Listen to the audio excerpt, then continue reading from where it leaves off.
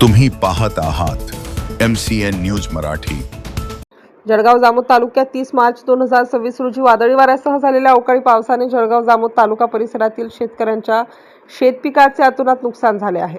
या नुकसानग्रस्त शेतकऱ्यांच्या शेती पिकाचे पंचनामे तात्काळ करून त्यांना भरीव आर्थिक मदत मिळण्यासाठी 1 एप्रिल 2026 रोजी वंचित बहुजन आघाडी जळगाव जामोदच्या वतीने प्रशासनाला निवेदन देण्यात आले आहे।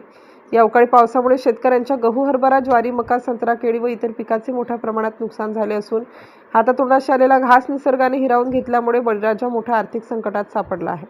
तालुक्यातील शेतकऱ्यांची ही अवस्था पाहता प्रशासनाकडून तात्काळ आर्थिक मदतीची मागणी या निवेदनातून करण्यात आली आहे।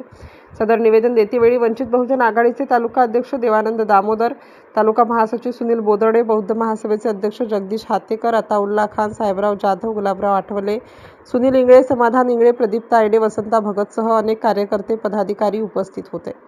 MCN न्यूज मराठीकरिता गजानन सोनटक्के, जळगाव।